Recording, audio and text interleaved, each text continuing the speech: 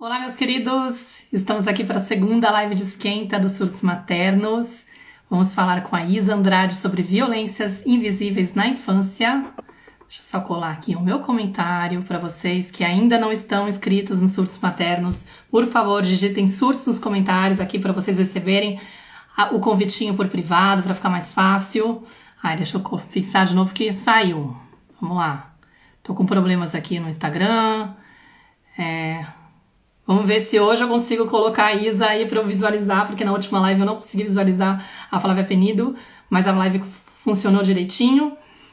E deixa eu ver se ela já entrou, porque aí eu já aproveito e já convido ela enquanto eu me apresento. Eu acho que não, porque geralmente quando a pessoa aparece... Ah, não. Ou sim. Não, ainda não. A Isa Minatel tá aqui, tem um monte de Isa. Fala, porque assim, da última série de surtos maternos pra cá, entraram quase 100 mil pessoas no perfil.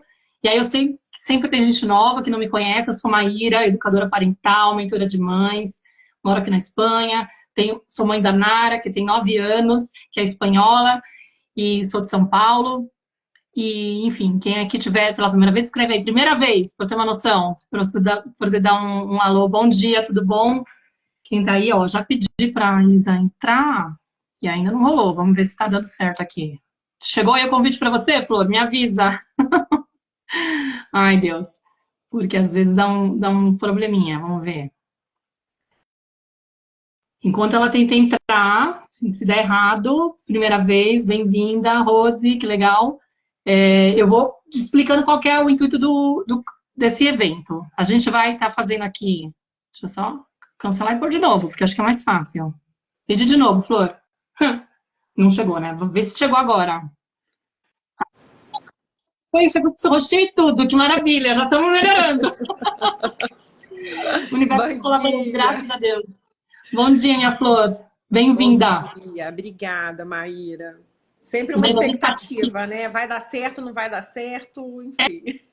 Não, eu tô com medo porque da outra vez não apareceu o rosto da Flávia e também eu tô com problema porque o Instagram tá me expulsando do aplicativo. Então ele fica me deslogando. Eles sabem, eles ficam caindo, derrubando. É terrível. A gente faz um trabalho de formiguinha contra a corrente e deve ter uma Exato. energia aí, tipo assim, não sai da educação tradicional, vocês estão tudo louca.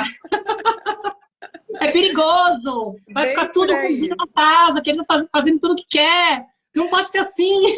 Exatamente. Não sei. Exatamente. Depois a gente descobre. Mas, antes de eu falar, assim, da gente começar a live, só para falar, assim, Isa Andrade, maravilhosa, sigo ela faz muito tempo. Já foi entrevistada na Tenda Materna, que é o meu podcast maravilhoso com a Clarissa Jaquiara. A gente falou sobre capacitismo. Por quê? Porque a Isa, além de educadora parental, psicóloga, e está aí nessa corrente aí em defesa da infância e da adolescência, ela é mãe de 3 e ela tem uma maternidade atípica. Então, lá na Tenda Materna, a gente falou sobre capacitismo. Quem não segue a Tenda, busca a gente no Spotify, qualquer aplicativo, para vocês conhecerem. Nossa, bom demais.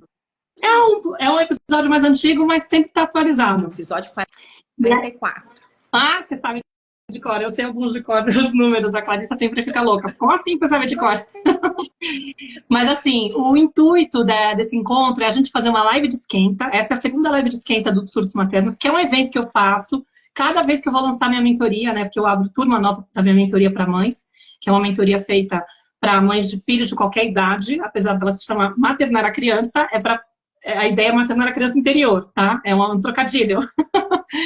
Mas a gente falou na segunda-feira com a Flávia Penido sobre trauma, sobre essa dor assim gigante que a gente tem do não quero traumatizar meu filho. Manja, aquela coisa, estou estudando aí sobre educação positiva, descobrindo que um monte de coisa faz a criança ficar zoada. O que eu faço se eu ainda não consigo ser essa mãe, esse pai para o meu filho? E o que vai acontecer com ele? Será que é tão grave assim? A gente explicou bastante sobre a origem do trauma, para vocês entenderem, e também se faz sentido ter tanta cobrança e como que a gente faz para conseguir garantir, prevenir o trauma e não ficar nessa loucura de achar que a gente pode ser perfeito e deixar os nossos filhos totalmente blindados, tá? Quem perdeu essa live, entra no grupo dos surtos, digita surtos aí nos comentários, dá uma lidinha lá na descrição que vocês têm o link das reprises lá, para vocês verem pelo YouTube, que é melhor, tá? Eu assisti, achei maravilhosa. Então, tá vendo? E aí, assim, semana que vem a gente vai ter a presença ilustríssima da doutora Juliana Franco, para falar sobre adolescência.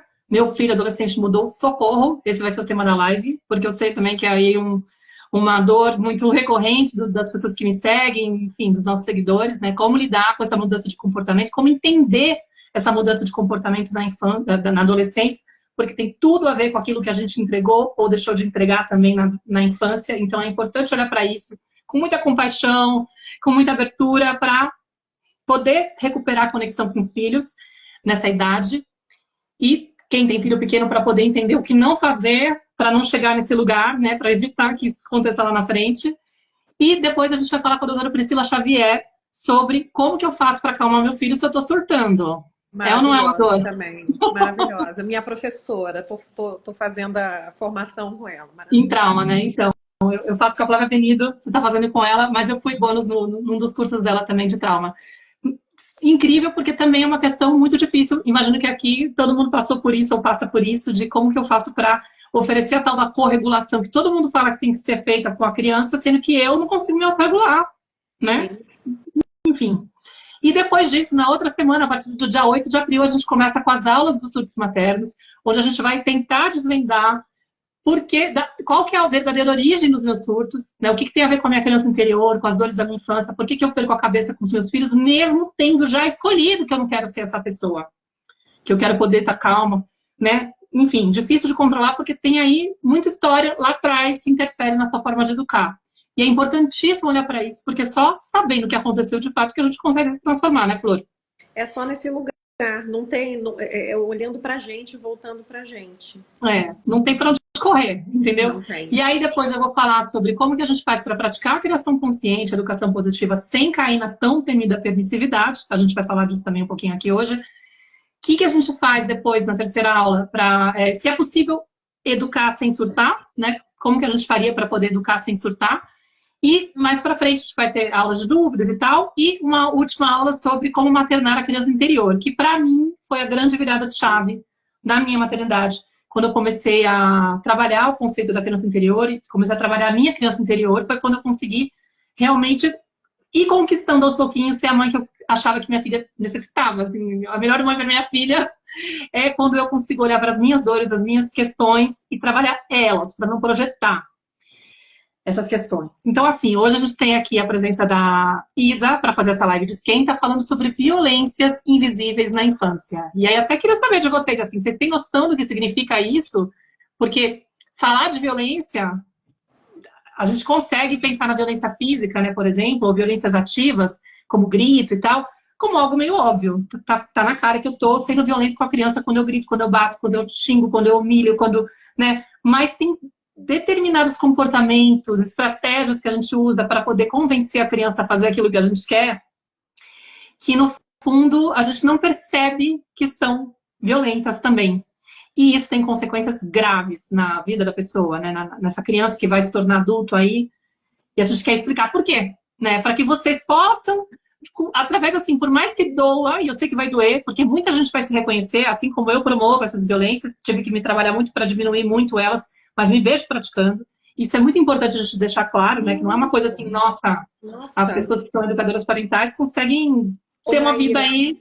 Eu falo que eu escolhi trabalhar com algo que eu preciso me lembrar diariamente. Exato. Então, assim, né? Ninguém está aqui num lugar de superioridade, muito pelo contrário. Né? Vem junto, vamos juntas, que juntas fica mais fácil. Isso. Quem me segue, assim, sabe que eu tenho um olhar muito amoroso para poder trabalhar com as mães, assim, que eu tenho uma coisa de não julgar mesmo, sabe? De buscar, de ter a capacidade de entender, assim, que sempre que o movimento dessa mãe tá indo contra o que seria, assim, correto, porque não tá respeitando a criança e tal, fala muito mais da dor dela, do que ela foi, de como ela foi tratada e o resultado da história dela, entendeu? Tipo, eu sei que é resultado de uma vivência infantil onde ela foi invisível, onde ela não foi tratada com respeito e ela normalizou isso. E é esse o registro que ela tem, entendeu? Sim. Então o trabalho é a partir de agora. O que eu faço agora que eu descobri que eu tenho esse registro? Não consigo conter isso daí, que eu tô fazendo isso, né? Vamos primeiro ajudar vocês a identificar o que é isso, mas antes a gente vai falar um pouquinho sobre de como que chega essa criança no mundo, para vocês entenderem por que algumas formas de educar podem ir contra a natureza dela e ser violentas da forma como a gente está falando. né? Quer falar um pouquinho, Flor? Não, vou me apresentar brevemente. Tá me ouvindo bem? Eu sim. Tá. Vocês também? Eu sou Isa Andrade, né? Eu sou mãe de 3 crianças, sou casada, e hoje eu sou psicóloga e educadora parental. E eu trabalho, Maíra, recuperando infâncias, né? Eu falo que o propósito do meu trabalho, ele é a favor da infância, mas através dos adultos, né? Então, meu objetivo, meu propósito é recuperar infâncias para que esses adultos consigam se relacionar através da não violência, através da igual dignidade, do respeito. Estão dizendo que meu som tá baixo. Será que vale a pena eu pegar o Tá, fone? Peraí. tá. Vai lá. Gente, esqueci de falar uma coisa. Essa série dos surtos maternos, enquanto ela busca lá o negócio, né? Essa série dos surtos maternos é uma degustação da minha mentoria. Quando chegar o dia 12 de abril, que é o dia da última aula, eu vou abrir as inscrições para a turma desse ano da mentoria. Eu já estou com 25% das vagas preenchidas.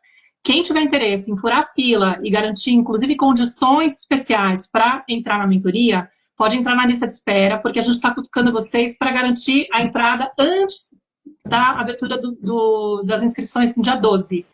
E aí é só vocês escreverem lista nos comentários para receber o link da lista de espera, tá? Escreve lista aí que vocês recebem. Quem tiver interesse, já aproveita e faz isso. Vamos ver. Eu tenho sócios no uso de fone, porque meus filhos são Ai, Deus. adolescentes quase, né? Então, assim, sumiu meu fone sumiu, gente. Então é isso. Vou tentar falar alto. Espero que vocês consigam escutar. Então, essa sou eu, Maíra, né? Tenho uma maternidade atípica, sou mãe da Malu, que já tem quase 12, do Lipe, que tem 10, do João, que tem 8. Com o João, eu tenho uma maternidade atípica. E eu fui estudar para ser menos violenta com os meus filhos, porque sim, eu sou fruto da educação tradicional, assim como a maioria das pessoas, né? Eu falo que se a gente tivesse sido respeitada na infância, a gente não precisaria estudar sobre todos esses assuntos, né? Seria algo natural, orgânico, que a gente conseguiria fazer com os nossos filhos tranquilamente. Então, começa por aí. Para a gente falar de violências invisíveis, a gente precisa começar no começo, né? Desenho original do ser humano. O que é que a gente veio programado para ser? Então, vamos pensar. Um ser humano, mamífero que somos, o que que a gente foi programado para receber, né? A gente vivia dentro do corpo da nossa mãe, dentro do útero dela, num conforto absoluto. Proteção, contenção, fluxo, ritmo, sustentação, alimentação constante, batimento cardíaco com batimento cardíaco. A gente experimentava ali dentro conforto absoluto. Quando a gente nasce e vem para esse mundo, a gente, enquanto bebê humano, espera encontrar algo parecido com o que a gente experimentava lá dentro. Então, a gente espera chegar nesse mundo e ter acesso ao corpo materno irrestrito, né? Sem hora. A gente espera alimentação de acordo com a nossa necessidade. A gente espera carinho, afeto, toque, contenção, segurança, apoio. A gente espera receber exatamente aquilo que a gente recebia dentro do corpo da nossa mãe. E a gente sabe o que a gente precisa, né? Acho que é muito importante salientar isso. A gente está conectado com a nossa essência, com as nossas necessidades, e a gente identifica aquilo, é o que eu descrevo sobre quando eu vou falar que é autoestima, né? A gente identifica aquilo que necessita e a gente pede porque a gente é espontâneo, porque a gente, né? E a gente confia que vai receber, que é isso que você tá falando, né? Tipo, igual lá no útero, não tem por que eu ficar achando que não vai acontecer. Não é, obviamente, digamos, consciente isso, mas digamos que existe uma expectativa de que vai ser atendido, né? Pode seguir aí. Porque, não, e a gente vale dizer nesse momento que a gente nasce com o nosso cérebro, com o nosso sistema nervoso. A Flávia deve ter falado sobre isso, né? Quando fala sobre trauma, mas a gente desenvolve de baixo para cima. Então, assim, a gente nasce com o nosso instinto, com a nossa sobrevivência ali ativa, pulsando. Então, se eu tenho fome, eu choro. Né, que tá desenvolvida, vai demorando para chegar aqui no córtex, que é a parte racional. Frontal. Então, assim, a gente está conectado com as nossas próprias necessidades, porque é uma questão de sobrevivência. Então, a criança precisa de corpo materno, tal qual ela precisa de leite materno, tal qual ela precisa de alimento. Então, ela está conectada com as próprias necessidades o tempo todo. Ela vai buscar esse corpo dessa mãe, a presença dessa mãe ou de uma figura maternante, né? ela vai o tempo todo buscar. E aí é que já começa a primeira quebra, porque a gente chega numa sociedade estruturada dentro de patriarcado, né? Dentro da lógica que a gente está inserida. Essas mães Adultocêntrica. adultocêntrica, que privilegia sempre o conforto do adulto em detrimento do conforto da criança. É o que é, né, Maíra? Estamos nessa sociedade. Mulheres voltam para o mercado sem julgamento. É uma constatação. Elas voltam para o mercado muitas vezes com 4 meses, né, desse bebê. Se a gente para pensar dentro do desenho original do ser humano, não é o que esse bebê foi programado para receber. Ele foi programado para encontrar aquilo que ele precisava. Então, a gente vai encontrar uma sociedade adultocêntrica e, junto com isso, uma mãe que chega muito desconectada para essa maternidade. Porque essa mãe também já foi desconectada lá atrás, na sua própria infância. Ela precisou desligar esse cabo que a gente tem interno para poder dar conta de viver ali. Então, a gente chega e já não encontra, né, determinadas coisas que a gente precisa. Não encontra o colo, esse bebê fica no berço esperando. E tudo isso que esse bebê não encontra é sentido por ele como violência. É sentido como vida ou morte mesmo. Como desamparo, né? Como desamparo. Se eu choro porque eu preciso de corpo, porque eu preciso de segurança, e eu recebo, ok, maravilhoso. Nossa! Que isso? Tentacionou alguma coisa aí. É o joia. Se eu chego nesse mundo e não encontro, se eu choro e eu preciso ficar nesse berço chorando, nesse berço inóspito, isso é sentido pelo bebê como morte, né? Isso é sentido pelo bebê como violência. Então, quando a gente fala assim de violência, quando a gente está dizendo de uma violência explícita, alguém que bate, alguém que sacode, que aperta duro no braço, que puxa uma orelha, puxa cabelo, chacoalha, enfim, quando a gente fala dessa violência que ela tá posta, ela tá declarada, ninguém tem dúvida de que ela é violência, ok. Você vai dizer, eu não faço isso, né? Já entendi que a violência física impacta, né, no desenvolvimento dessa criança, impacta no desenvolvimento cerebral dela, no sistema nervoso dela. Ok, já entendi. Mas então eu não pratico violência. E aí é que é o engano, né, Maíra? Porque a gente sendo fruto de uma educação tradicional, nós vamos reproduzir violências de inúmeras ordens com as nossas crianças sem nem saber, sem nem perceber que estamos violentando. Eu acho que é bem interessante aqui a gente, sim, desculpa me interromper, a gente explicar bem assim, qual que é a lógica da educação tradicional e por que a gente fica sempre questionando a forma como a educação tradicional levanta a bandeira da criança, porque ela faz a gente enxergar a criança como um ser inferior, um ser que não tem querer, né? Aquela frase mais, né? Criança não tem querer. Crianças foram feitas para serem vistas e não ouvidas. Cresça e apareça. A gente tem várias frases, né, que a gente tem aí na nossa bagagem, que a gente escutou, que convenceram a gente, fizeram a gente acreditar, de fato, que nós não tínhamos direito a manifestar as nossas necessidades, a ter vontades próprias, a ter um jeito próprio de ser. Então, tem um olhar da educação tradicional que entende que a criança tem que ser consertada o tempo todo, que ela tem que ser corrigida, moldada, para ser aquilo que a gente acredita que é melhor. Mamãe sabe mais que você. Eu faço isso pro seu bem. Eu sei o que é bom para você. E a gente vai comprando isso. Quando a gente se convence que nós temos que ser moldados de acordo com aquilo que os nossos pais esperam de nós, e, gente, é muito sério isso, porque uma das necessidades básicas do ser humano é o amor. Sim. É o afeto. Então, quando a criança percebe que os pais estão incomodados com aquilo que ela manifesta, o mais, digamos, esperado, o que acaba acontecendo muitas vezes quando ela tem, inclusive, um perfil de ser mais boazinha, né? Ao invés dela bater de frente e insistir, porque ela estaria lá, ainda conectada e falando assim, o que é isso? Assim, não, sinto muito, eu vim para ser desse jeito, eu vou lutar até o fim. A tal da criança terrível, na verdade, está muito mais conectada com a própria essência do que a criança boazinha. A criança boazinha fala assim, eu não me atrevo a fazer diferente do que o papai e a mamãe estão pedindo, esperando, porque eu não quero correr o risco de perder esse amor. Ela abre mão de quem ela é, ela vai abrir mão de quem ela é e de quem ela veio para ser, para receber a migalha do amor, né? E exatamente, para poder garantir esse amor.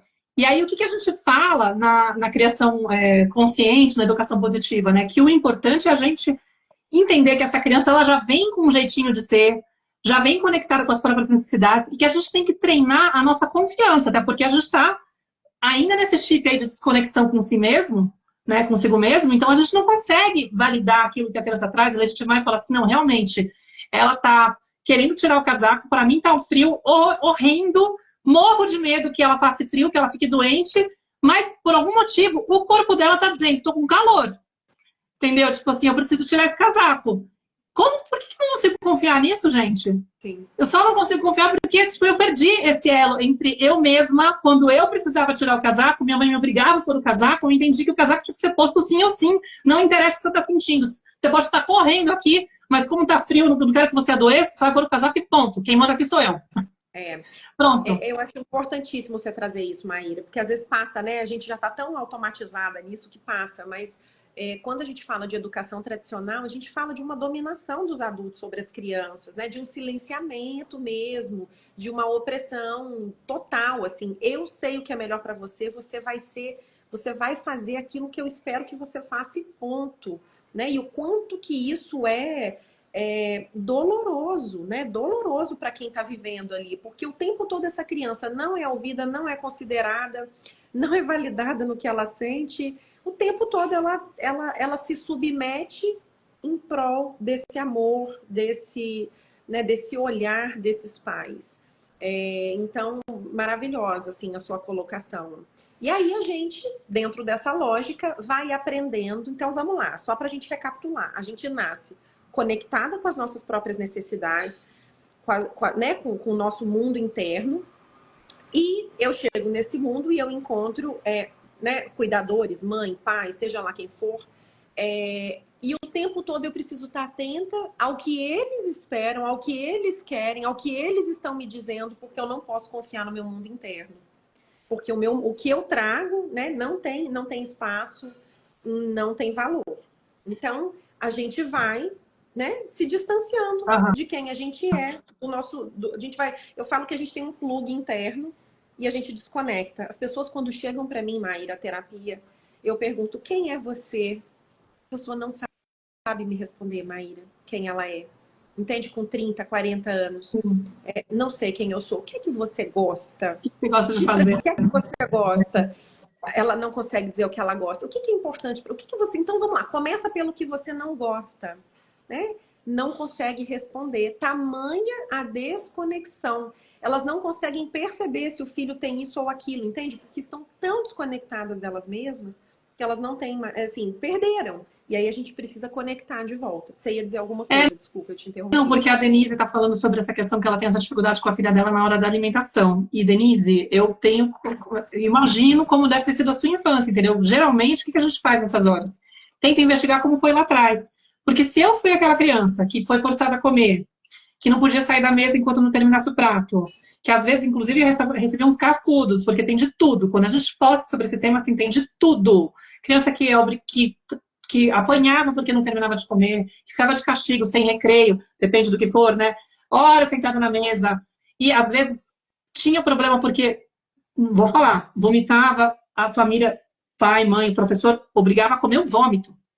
É de tudo o que acontece, assim.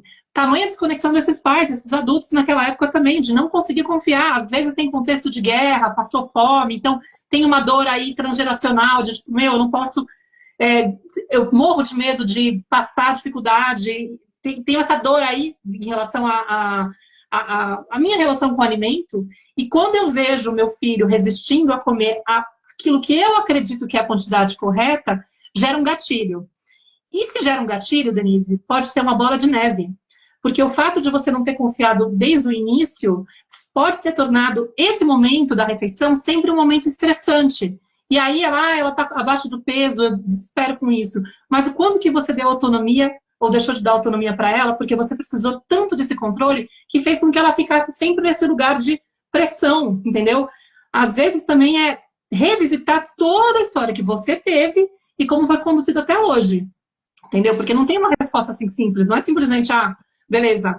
Agora, por que você não consegue confiar na saciedade dela? Entendeu? Para além da questão do baixo peso, que te deixa evidente aí que é preocupante, entendeu? Por que lá atrás, muito provavelmente desde o início, você entrou com esse medo de deixar ela? Porque esse é o ponto, gente. Eu não sei se vocês conseguem confiar na nossa fala.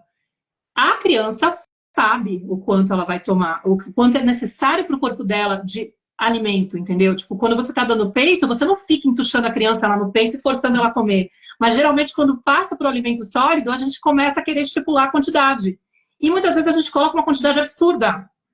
Que se a gente pudesse... Eu lembro uma vez que uma pessoa que trabalhava comigo comentava assim, que ela colocava no prato do filho a quantidade de comida, e eu acho que ela usava um prato de adulto, sei lá, e aí um dia ela virou o prato, ela foi transferir de prato, ela percebeu que era muita comida. Ela falou, gente, eu não percebi que eu tinha uma expectativa tão alta de quantidade.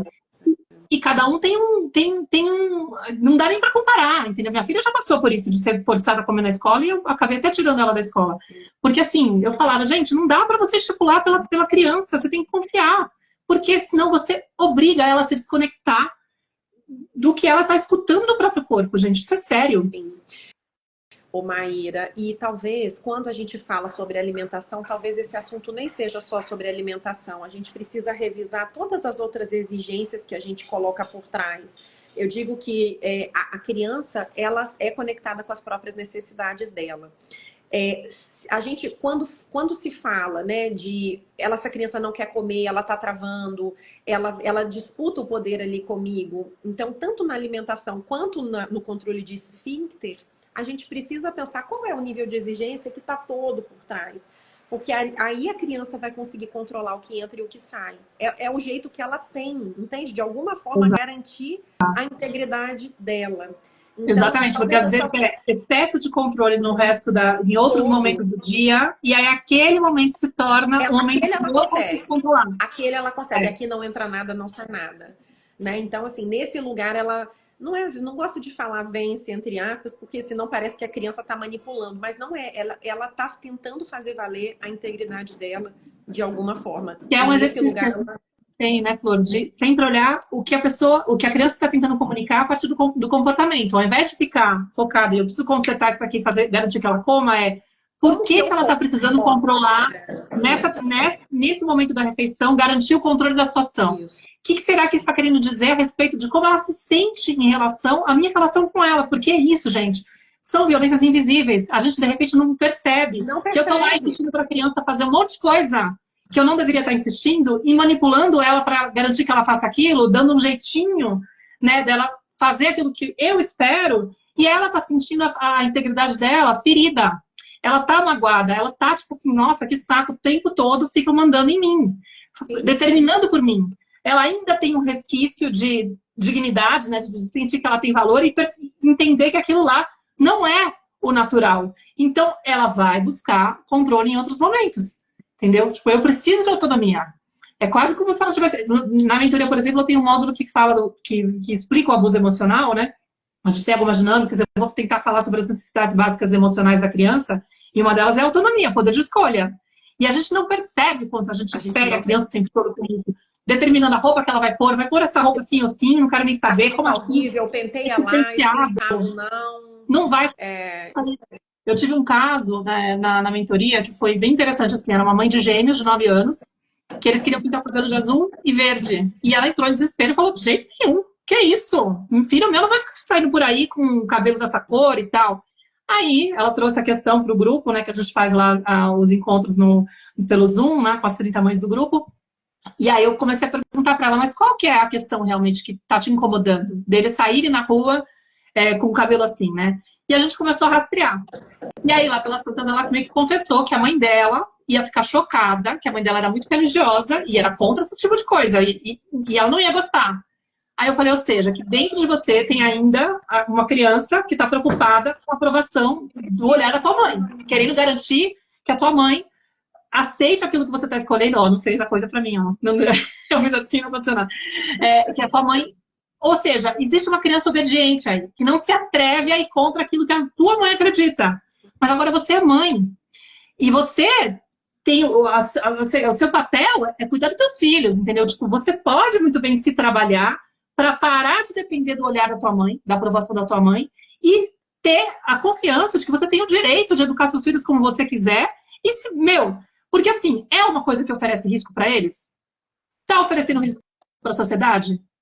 A única coisa que interfere é você ficar talvez meio envergonhada porque você nunca imaginou que você ia ter filhos com cabelo colorido por aí. Mas aí é que entra a sociedade adultocêntrica. Exato. Quando a gente fala sobre a sociedade adultocêntrica eu sempre privilegio o meu conforto em detrimento do conforto da minha criança. Como eu não sei lidar com esse desconforto, como eu não sei lidar com a crítica e o julgamento da minha mãe, como eu fico com medo do que as pessoas vão dizer, eu prefiro submeter o meu filho à minha Exato. vontade, à minha necessidade, para que eu não precise lidar com nada disso. Então, a criança que lide, né? Isso. Eu acho que Só que assim, pode. é muito louco, porque na nossa cabeça a gente está protegendo. Porque aí a gente começa com os argumentos, mas aí eles podem ser alvo de piada, aí eles podem se arrepender, entendeu? E a gente fala, mas e aí, se ele for alvo de piada? E se ele se arrepender? Ele pode voltar e pintar o cabelo de novo, entendeu?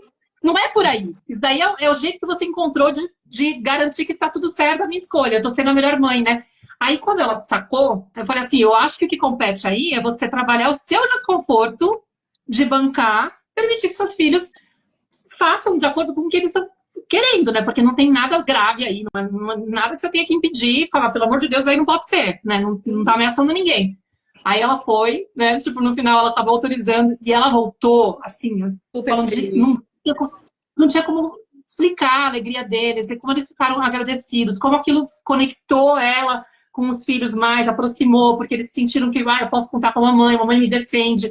E o desconforto com a mãe, ela foi se trabalhando. E é lindo porque ela também vai Por amadurecendo. A isso gente que vai amadurecendo a quando a gente gente é falou, adulto. né, Maíra? Tudo começa pela gente. Não tem como a gente falar de educação respeitosa com os filhos, de como que eu vou respeitar isso ou aquilo, se a gente não passar pela nossa própria história.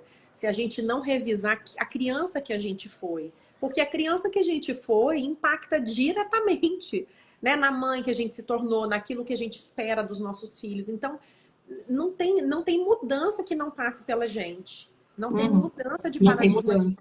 não tem. Ai, você tá cheio de. Ai, meu Deus, eu não sei o que é isso. Deve ter alguma coisa Seu ativada. Instagram tá atualizado aí, o meu não faz essas coisas, não. Pode ser, meu Deus. Mas Ô, pelo menos não Maíra. deu nada feio. Mas então eu acho que vale a pena a gente trazer, inclusive, mais exemplos, aprofundar, porque a Sim. violência posta, a gente sabe o que é, tá todo mundo, né, já sabendo o que é. Mas as violências invisíveis, eu acho que vale a pena a gente trazer bastante exemplo para as pessoas, para elas entenderem o que é e verem o quanto que elas praticam ou não. A Denise Sim. trouxe, né, aí os exemplos dela e também preocupada com o julgamento dos outros e tal. Então vamos lá, porque quem sabe a gente consegue, ela consegue também, inclusive, identificar mais coisas que ela pode estar fazendo por trás que faz com que a filha não coma, fique constipada, né? Então a gente vai pensar sempre que, só antes de começar nos exemplos, eu acho que vale a pena trazer uma frase, que é uma frase, anotem, gente, essa frase, é da Laura Gutman: onde só cabe o desejo de um, tem violência.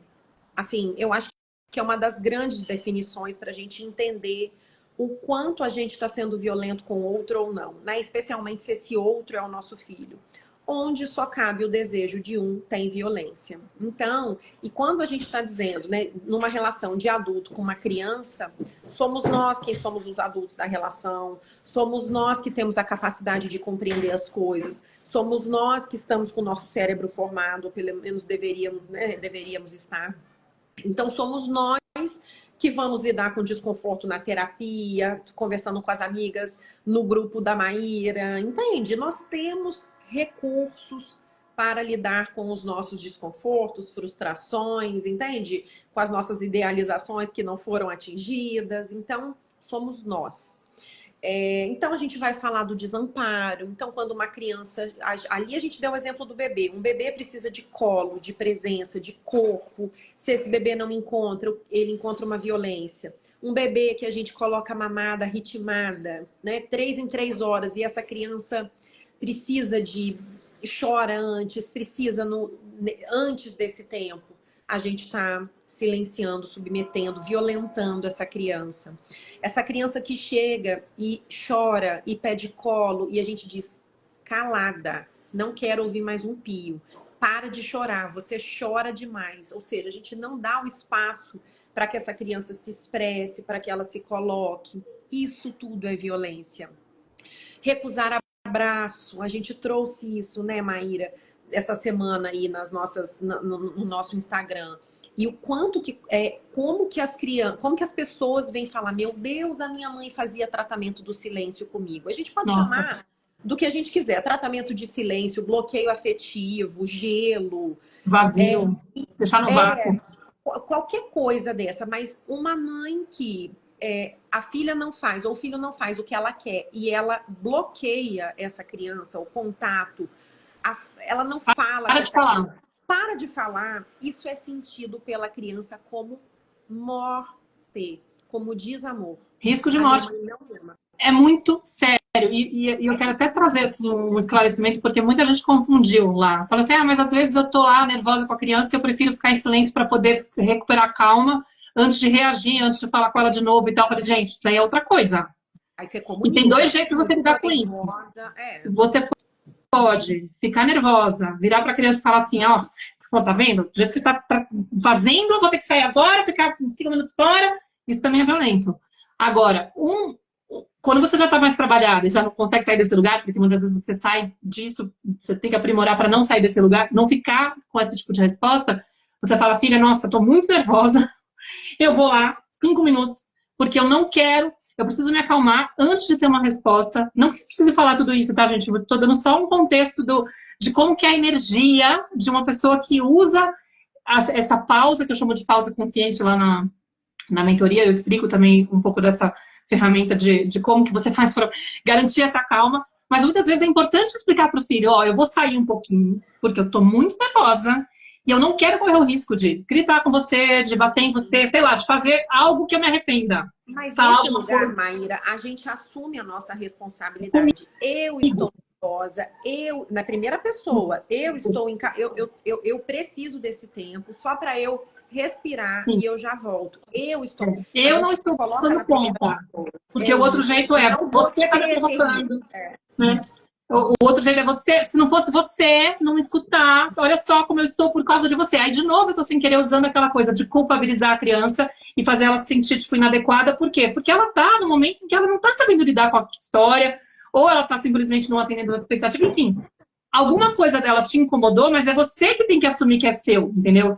Isso é uma coisa. Isso é tipo assim, eu preciso de uma pausa para me recuperar e antes de voltar para não fazer porcaria. Isso, eu acho que serve para tudo, tá, gente? Peguem isso também, eu falo, levem pro coração. Eu tenho dificuldade de lidar com meu filho quando ele sai com uma roupa que eu acho que não está combinando. Entende? Tudo a gente vai trazer para a primeira pessoa, para um lugar adulto que a gente ocupa ali naquela relação. Né? Então, isso a gente está dando exemplo aqui para isso, mas a gente pode usar isso para tudo. Eu tenho dificuldade de lidar com meu filho que não come tudo. Entende? Trazendo a responsabilidade para a gente. Exato. E aí, só para poder explicar a comparação, tratamento de silêncio a criança, o adolescente faz alguma coisa que eu não quero, falou alguma coisa que eu não quero, tá escolhendo uma coisa que eu não quero, pensa uma coisa que eu não quero, sei lá. Eu não me sinto confortável com isso, não quero que ele manifeste isso, simplesmente paro de falar com ele, para ele aprender direitinho que enquanto ele se comportar dessa maneira, ou apresentar isso, essa forma de ser no mundo, eu não estou a fim de ter amizade com essa pessoa. Eu, tipo assim, sinto muito, acabou, tá? Ou você volta a ser o que eu programei para você, aí que eu falo da história da educação tradicional, que muitas vezes está querendo moldar a criança para ser aquilo que eu espero. Então, assim, para você ser visto por mim, para você ter, digamos, ser digno do meu contato, da minha fala, da minha interação, para você receber o meu amor, o meu olhar, você vai ter que ser como eu quero. Entendeu? Então não tem desculpa para tratamento de silêncio, gente. Não tem. Não tem como você falar assim, não tem a ver com eu preciso manter a calma. É só para poder não brigar com ele. Não, isso é para poder manipular a pessoa e punir a pessoa por estar fazendo diferente. Entendeu? Então, assim, os relatos são... Minha mãe passava semanas, meses, dias, horas. Imagina, meses. E sabe o que é pior, Flor? Você vê isso acontecendo depois na vida adulta com os relacionamentos. Claro. Porque eu vejo muito... Meu marido faz isso comigo. Faça semanas e meses sem falar comigo quando eu me comporto mal? Faço uma coisa que ele não gosta? O que é isso? Entendeu? Então é doido, porque o que acontece? A criança que recebe isso naturaliza muitas vezes isso. Aí ou ela E vai promover, ninguém, ou ela vai é, ser alvo. e ninguém nomeia. E eu acho que esse é o grande ponto aqui também, Maíra, na violência invisível. Ninguém nomeia isso como violência invisível. E como violência. E aí a gente tem registro, a gente tem no âmbito da consciência, muitas vezes, aquilo que foi nomeado por alguém. Então, Isso. bater já está posto que é uma violência, todo mundo sabe o que é. A gente, inclusive, também era responsabilizado quando a gente apanhava, né? Eu bati em você porque você mereceu, que você pediu, que o seu comportamento não estava bom. Então, ainda colocavam na nossa conta. Mas isso era nomeado. A violência invisível, mãe nenhuma vai dizer, então, amor, vem aqui na loja para você escolher o brinquedo que você quer. Mamãe vai deixar você escolher. E aí chega na loja, ah, não, mas esse não, olha aquele, a gente vai manipulando para que a criança acabe levando aquilo que a gente quer que ela leve. Ninguém nomeia que isso é uma manipulação. Ninguém nomeia que isso é uma manipulação. Entende? Eu estou sem falar com você porque eu estou te bloqueando afetivamente, minha filha. Porque eu não dou conta de falar com você quando você não faz o que eu quero. Ninguém nomeia.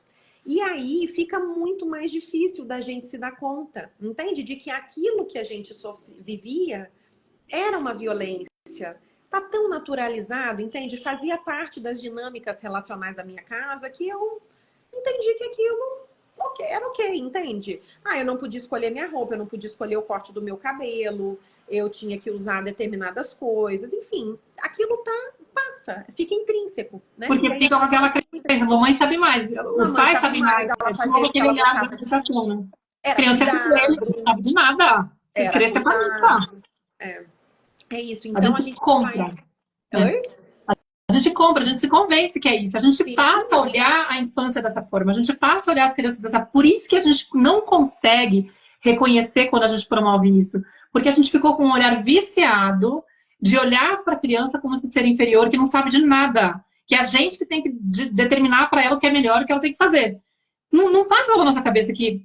Entendeu? E aí a gente abre mão de vários desses truques, né? Tipo, vamos lá. Se for caso, eu vou manipular. Então, quando a criança senta no vaso sanitário para poder fazer o cocô dela, eu fico lá batendo palma. Ai, que lindo, maravilhoso. Ai, agora já sabe fazer. Sem perceber o quanto eu estou empurrando a criança para entender que quando eu consigo não usar a fralda, a mamãe gosta de mim, fica orgulhosa, acha lindo, não sei o quê. E se eu tiver alguma dificuldade, será que eu vou me atrever a pedir a fralda de novo? Ou eu vou tentar me esforçar a sempre usar? E aí eu corro o risco de falhar, ficar me sentindo inadequado porque eu não estou pronto. Quando, na verdade, quando a gente estuda ritmos biológicos, a natureza da criança, a questão do desfraude, a gente já sabe que a gente não pode determinar o tempo do desfraude de uma criança. Cada uma vai ter um ritmo, E mas a sabe gente não outra sabe coisa como que é que é, legal quando a gente fala de né? ritmo também, Maíra, que é um exemplo bem assim, bem do dia a dia.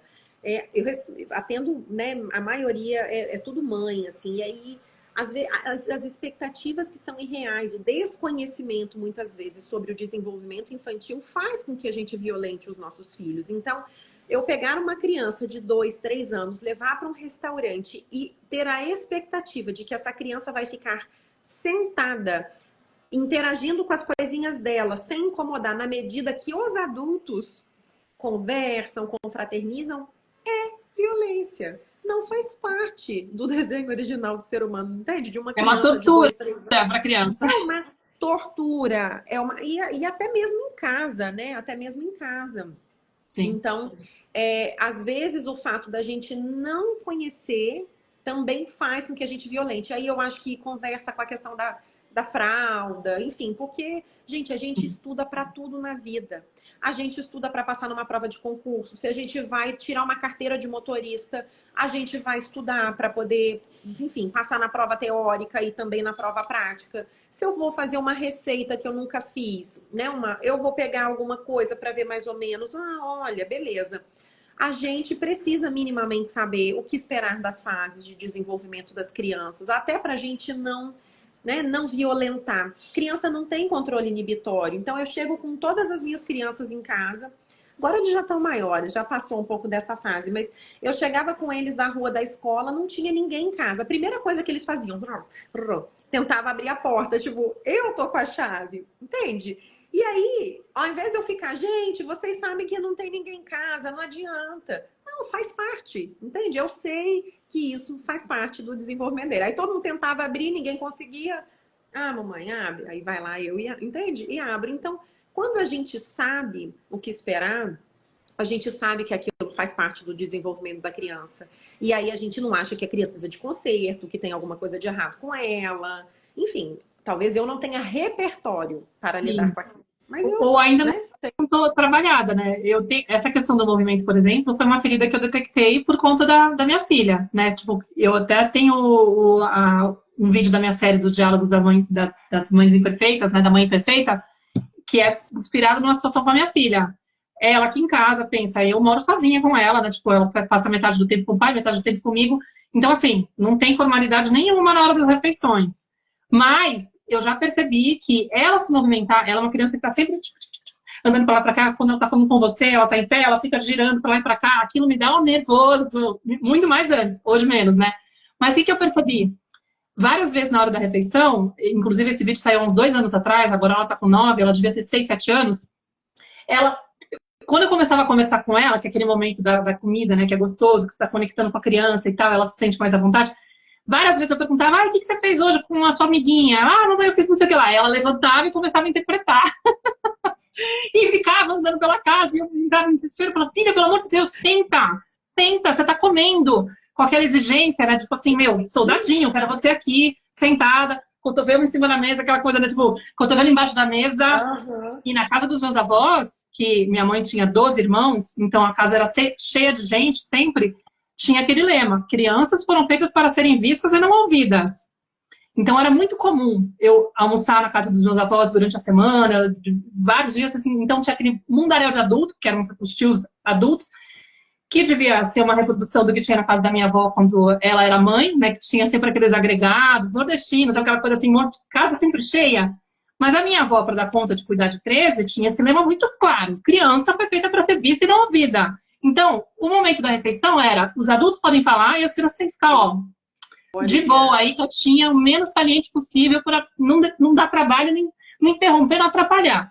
Imagina que eu fiquei, tipo, a infância toda entendendo que na refeição você tem que se comportar feito um soldadinho parado, não pode? O registro Então, quando a minha filha tá falou isso, no seu corpo, a hora que a Nara se mexe, o seu corpo... nossa, meu corpo ficava lá revoltado. Aí eu comecei a meio que exigir dela, né? Aí um dia ela virou pra mim e falou assim, mamãe, mas quando você era criança, você não tinha vontade de levantar na hora da comida? Porque, nossa, dá um desespero, é muito chato. Ficar parado o tempo todo é muito tempo. Eu não consigo, meu corpo pede pra ficar movimentando. Cara, foi aquele tapa na cara lindo que a criança dá, né? Que é incrível quando você vai gerando intimidade e ela joga. Eu parei e fiquei pensando, falei assim, filha, peraí, deixa eu pensar. E sabe que primeira coisa que veio? Eu não lembro, né? Eu não sei. Aí eu fiquei, tipo, investigando, falei, quer saber? Eu acho que sim, eu acho que eu tinha vontade, mas jamais foi permitido. Então eu aprendi a me adequar, significa que eu reprimi. Obviamente que eu tô surtando com você agora, não faz todo sentido. E aí foi lindo, porque eu comecei a trabalhar isso em mim. Trouxe pro meu trabalho com a minha criança interior. Falei, deixa eu maternar ela aqui, porque ela tá azucrinando com a menina aí, coitada da minha filha. Sim. Porque assim, não é um ambiente formal. Tudo bem que ela vai no restaurante, eu não fico achando que tudo bem ela sair correndo pra lá e pra cá. Não é isso, gente. Não é disso. Porque todo mundo vem falar, mas agora a criança pode tudo. Vai chegar no restaurante e tocar horror. Não. Ela sabe. Agora, ainda mais com o nome, né? Tipo, ela sabe que tem ambientes e ambientes. Mas não faz sentido eu reprimir ela em casa. Não tem porquê. Entendeu? Então eu comecei a permitir e trabalhar meu desconforto. Sim. E aí eu percebi que foi melhorando, assim, que eu já não gerava tanto gatilho. E óbvio que tem vezes que eu tenho que falar, filha, volta, não é isso. Entendeu? Tipo, volta, concentra, já contou a historinha, volta pra cá. Não é assim, tipo, qualquer coisa. Mas é respeitar, perceber, entender, tipo assim, a natureza da criança precisa de movimento. Estar o tempo todo parada é uma tortura. Não tem problema a gente adaptar, adequar, entendeu? Pelo contrário. Sim. É lindo. Ô, Maíra, e de repente, isso que você falou, né, só para dar esse gancho, o ambiente do restaurante para um bebê de 2, 3 anos, não é que eu vou deixar de novo tocar o horror, mas eu posso ir por menos tempo, não ir nessa fase. E no horário que fazer um passeiozinho com a criança pelo restaurante, como eu fazia, para poder garantir que enquanto a comida não chega, os adultos vão se alternando. Eu fazia isso com a Nara. Vamos levar cada um para passear um pouquinho, para poder brincar um pouquinho, porque é torturante a criança ficar lá 2 horas seguidas enquanto os adultos estão lá, tipo, de boa. e ela tá invisível, né? Tendo que aguentar. Eu ia trazer um exemplo da minha Malu, né? Minha Malu vai fazer 12 anos e ela, para estudar, então, assim, ela já tá numa fase, né? Moramos no Brasil, essas crianças são preparadas para o Enem desde agora. E na hora de estudar, é torturante para ela ficar lendo, sabe o capítulo? O que às vezes ela fala, mãe, lê para mim, vai tomando ponto, vai falando para mim. Enquanto eu faço isso, ela está treinando vôlei. E aí eu fico olhando para aquilo e eu falo, cara, ela só pode estar de zoeira, que ela tá jogando vôlei enquanto eu tô falando e ela não tá prestando atenção no que eu tô falando. Pois eu pergunto o que eu acabei de falar e ela sabe responder. Porque ela aprende na medida que ela se movimenta. Mas Maíra, é impressionante. Ela fica treinando. Ela agora joga vôlei, né? Então ela fica treinando. Treina manchete, treina cortada. E eu falando. História, tipo, assunto que, assim, chato. E ela sabe responder. Então, quando a gente tem mais de um filho, a gente vai observando também que cada um deles tem o seu próprio ritmo, tem as suas próprias preferências, né? Então, cada um tem a sua... Eu não posso querer encaixar o que é bom para mim. Eu sou a pessoa que eu vou pegar o meu material, eu vou ler, eu vou grifar, eu vou fazer anotações. Esse é o meu jeito.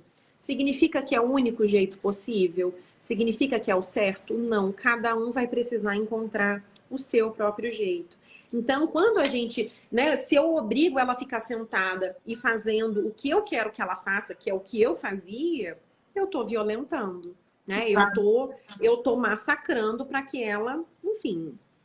E é lindo porque você tem esse olhar treinado de, pelo menos assim, deixa eu dar uma abertura, né? Que curioso isso. Ela tá dizendo que ela aprende mais em movimentos, fazendo uma outra atividade enquanto eu tô falando. Para mim parece uma coisa mais bizarra, mas eu vou tentar confiar, porque de certa forma é ela dizendo, mamãe, é desse jeito que eu aprendo. Para mim é mais confortável assim, é mais fácil assim. Podemos dar um crédito para a pessoa, entendeu? E aí que a gente aprende com eles, né? A recuperar essa forma de responder aquilo que eu estou escutando de mim, né? Aí para mim a gente vai poder dizer, então, que violência invisível a gente também não permitir que essas crianças escolham, dizer que o que ela sente não é errado, que não deveria estar sentindo isso que está sentindo. Quando a gente invade, Maíra, quantas vezes algum filho nosso vem contar pra gente alguma coisa? Ah, então fiquei chateado com meu amigo, isso e isso. Se eu pego aí, o que a gente tende a fazer? A gente tende a querer resolver, porque era esse o papel que era dado pra gente lá na infância.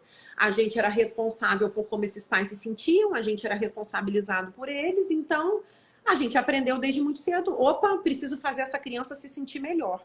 E aí a gente às vezes entra rasgando. Você devia ter feito isso, devia ter falado aquilo, eu vou falar com a mãe do fulano, que não sei o que lá. Quando eu faço isso, eu tô sendo violenta, eu tô sendo invasiva. ou quando Quantas vezes? nível, né? Eu também fico com a angústia de presenciar a frustração da criança, a dor da criança, às vezes projeta, inclusive, dando uma proporção maior da experiência que ela está tendo, já acreditando que, nossa, ela deve estar se sentindo péssima, rejeitada, não sei o que, não sei o que lá.